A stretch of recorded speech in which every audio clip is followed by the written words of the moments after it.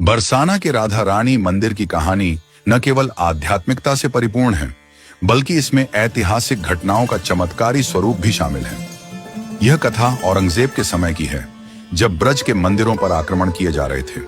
इस समय राधा रानी के मंदिर और उनकी प्रतिष्ठा की रक्षा में अद्भुत चमत्कार हुए, जिनसे बरसाना की लाज बची। औरंगजेब के शासनकाल में उनके सैनिक ब्रज के मंदिरों को खंडित कर विग्रहों को अपने कब्जे में ले रहे थे। वृंदावन के गोविंद देव जी को जयपुर भेज दिया गया।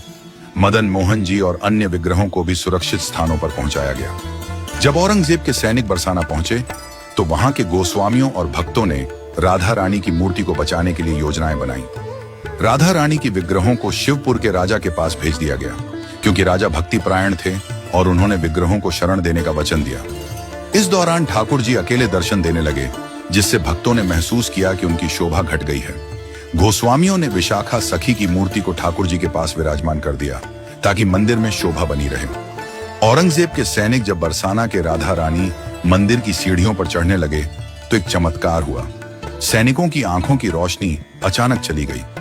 वे एक दूसरे से कहने लगे कि उन्हें कुछ दिखाई नहीं दे रहा है। इस अद्भुत घटना से घबराकर वे वापस लौट गए। यह चमत्कार राधा रानी की कृपा का प्रतीक बना और बरसाना की लाज बच गई। राधा रानी की मूर्ति शिवपुर पहुंचने के बाद वहां चमत्कार होने लगे। राजा की प्रजा उनकी जय जयकार करने लगी। लेकिन कुछ समय बाद गोस्वामियों ने राजा से मूर्ति को वापस करने का अनुरोध किया। राजा ने इसे साफ मना कर दिया, जिससे गोस्वामियों के बीच हलचल मच गई। राधा रानी ने शिवपुर में सेवा कर रहे तीनों पुजारियों को स्वप्न में दर्शन दिए और कहा कि उन्हें बरसाना ले जाया जाए। स्वप्न में उन्हें दिखाया गया कि राजा के सभी द्वार खुले हुए हैं और सैनिक सो रहे हैं।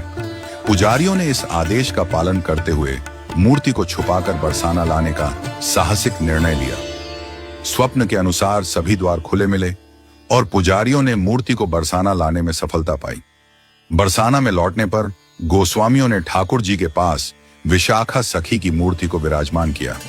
चूंकि विशाखा सखी की स्थापना से बरसाना की विजय हुई थी, इसलिए उन्हें विजय लाडली जी नाम दिया गया। यह नाम उनकी महिमा और बरसाना की रक्षा का प्रतीक बन गया। बरसाना के इस ऐतिहासिक और आध्यात्मिक प्रसंग से यह सिद्ध होता है कि ईश्वर की कृपा से हर समस्या का समाधान संभव है।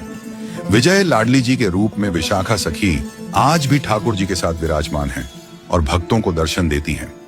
यह कथा न केवल राधा रानी के चमत्कारों की महिमा का बखान करती है, बल्कि भक्ति, आस्था और समर्पण की शक्ति को भी दर्शाती है, बल्कि हर भक्त के लिए प्रेरणा का स्रोत भी है।